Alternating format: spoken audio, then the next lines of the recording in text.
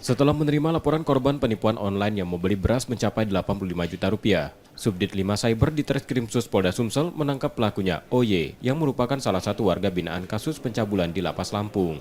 Tersangka ditangkap bersama kekasih dan rekannya yang ikut menjalankan kejahatan itu.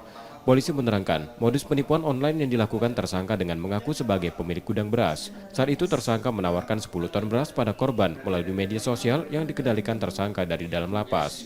Korban yang percaya mentransfer uang ke rekening baru kekasih tersangka dan rekannya yang bertugas menarik uang tersebut. Di mana dari kejadian ini ada 3 tersangka yang berhasil kita amankan.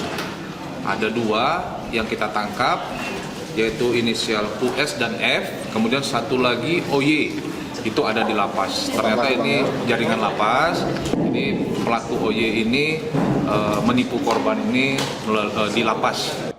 Para tersangka kini ditahan di Polda Sumsel untuk proses hukumnya.